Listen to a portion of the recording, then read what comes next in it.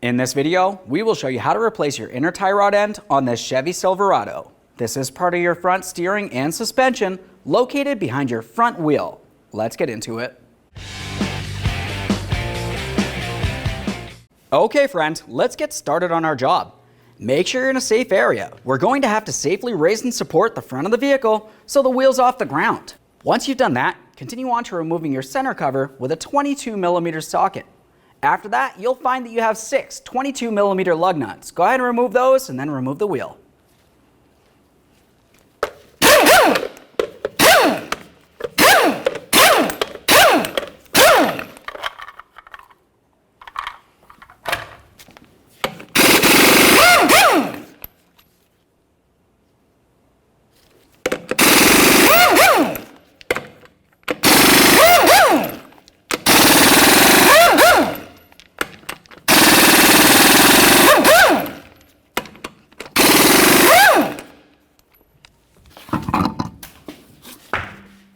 Now that we have the wheel off, we have a clear view of our tie rod ends.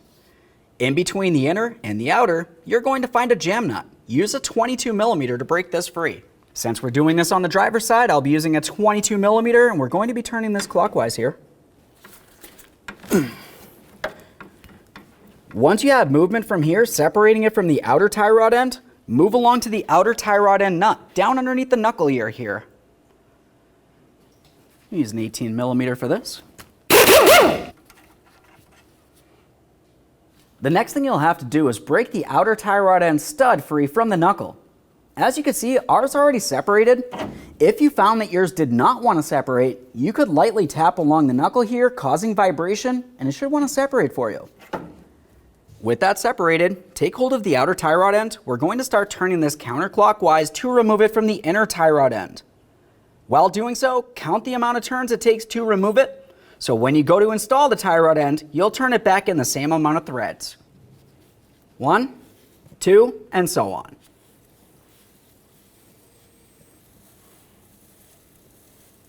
Let's give this a quick inspection and set it aside. To remove the jam nut, let's continue on with some locking pliers. Hold on to the inner tie rod along the shafted area here, not necessarily on the threaded area. While holding on to this, we're going to use a 22mm to remove that jam nut.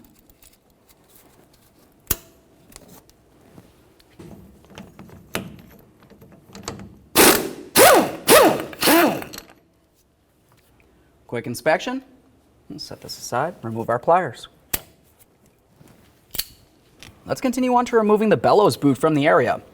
Along the outside here, we have a clamp. We'll squeeze the ears together, pull that out of place. After that, follow that bellows boot into where it connects onto the power steering rack. Let's just break this free real quick while we're here. For the inside clamp, on ours, we actually have a wire tie here. It looks like somebody might have had it out of place. For you, just remove the clamp however it needs to come off.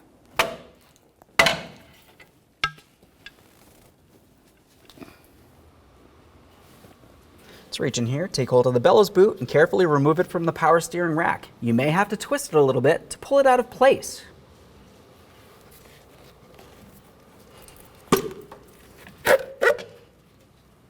Let's give this a quick inspection, make sure it's still soft and pliable. If it looks like it's torn, worn, or damaged, now's a perfect time to go ahead and replace it.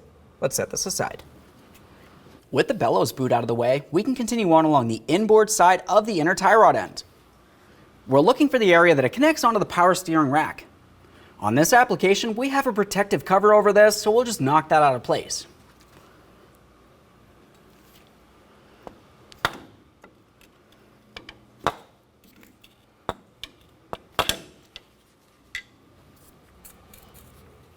To remove your inner tie rod end, you can use several different tools. I'm going to be using this inner tie rod end tool, where we can slide it over this area of the inner tie rod end, clamp it down, turn this counterclockwise to remove it from the power steering rack.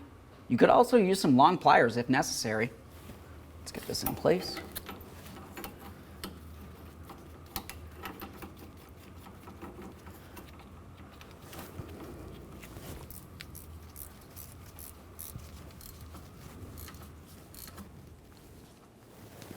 This on here.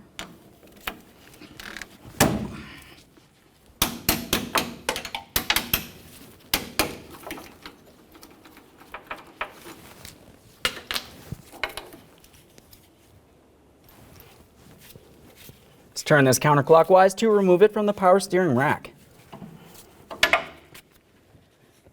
There it is, friend. Now we can remove this. Let's clean and inspect the mounting area here. Once you have that area cleaned and inspected, follow the rack a little bit inboard to where the boot connects into. If you see any fluid coming out of this area, you have a power steering rack issue, and that would need to be addressed. Ours looks fine. Okay, friend, let's get ready for installation of our brand new inner tie rod end. We'll take this and put it in position. Start it in by hand so you're sure you are not cross-threading it. After that, just make sure it's nice and snug up against that power steering rack.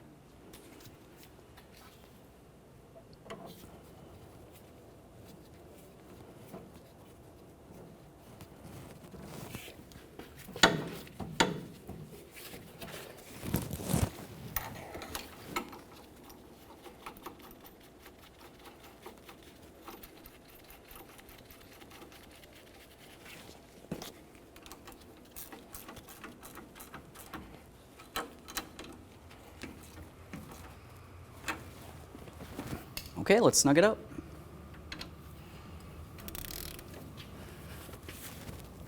Right there's bottomed out. Make sure it's tight. When tightening this, you never want to use an impact wrench.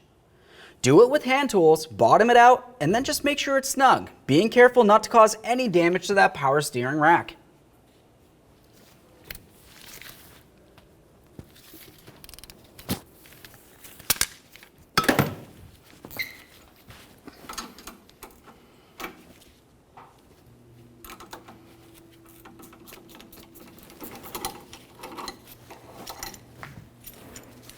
Now with your kit, you're going to find that it came with some high temperature lubricant. Go ahead and apply it directly to this joint. Continuing with that high temperature lubricant, along the center of that inner tie rod end, you're going to find a small groove. That's where the end of the boot will sit. Make sure you apply some lubricant here. That'll help the alignment professional in the end. Looking at the Bellows boot, you can tell that I already took one of my wire ties and started it around here, but I left it nice and loose. While we're focusing in this area, you'll find that you have the rounded hole for the power steering rack, and then directly above it, you have a small area for the tube that's located just above that power steering rack. That's the crossover tube, and you need to make sure everything's aligned properly before you tighten this in place. Let's start sliding this in place, aligning the boot with the rack and that crossover tube.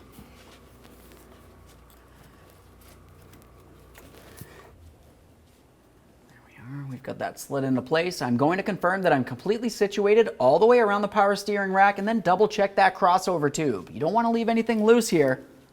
Once you've confirmed everything's situated perfectly, continue on to tightening up that wire tie.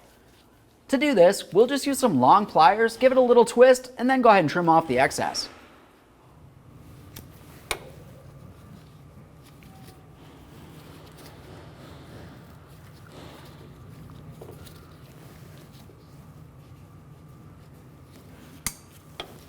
Take hold of that, make sure it's secure, make your way out to the outboard clamp area. We'll make sure the boot's seated properly so it is aligned with that groove in the center of the inner tie rod end. I'm going to slide it on. Once you have that properly aligned, we'll continue on with another wire tie along the outside here.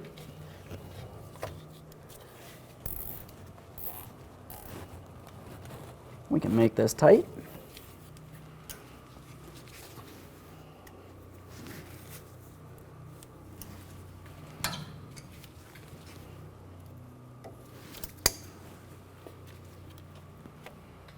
Continue with some anti-seize. Let's coat the threaded area here on the inner tie rod end. Install your inner tie rod end jam nut. We'll bring this approximately 3/4 of the way down the threading area here. Perfect. Now we can install our new outer tie rod end. We'll take this and install it the same amount of turns as it took to remove the original.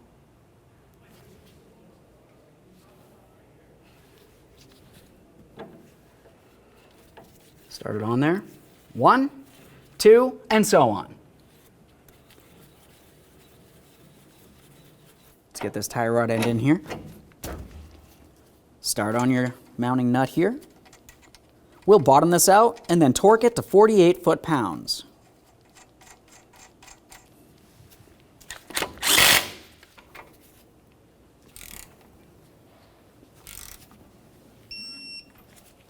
Once you have that torqued, the next thing that you need to do is pay attention to the slots on the mounting nut and the hole that goes through the stud of the outer tie rod end. We need one of those slots to align with the hole. If for some reason it does not align, continue tightening the nut until the very next slot does. Once you've done so, continue on with your locking cotter pin. Slide it through, pin it over. Let's pin this over. Let's continue on with the jam nut here. We'll turn this until it bottoms out against the outer tie rod end. After you have it bottomed out, just make sure it's nice and snug. This will prevent any adjustment to happen while you're driving down the road. There we are. Just make sure that the tie rod's pretty level with the ground here. Let's get this on here. Once you have the wheel in place, continue on with all 6 of your 22mm lug nuts. We'll bottom these out, get the wheel safely back down on the ground, and then we can torque each of these 6 lug nuts to 140 foot-pounds.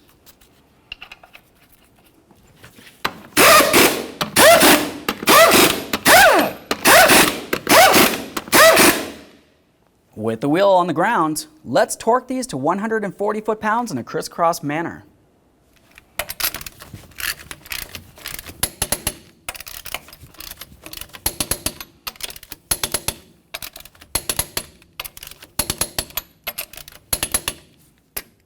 Torqued. Let's reinstall the center cover here and snug it up with each one of these locking nuts.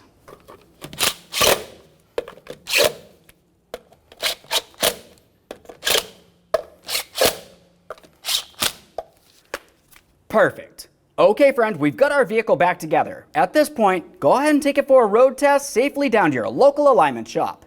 Thanks for watching. When only the best will do, demand TRQ. The only company that lets you view before you do.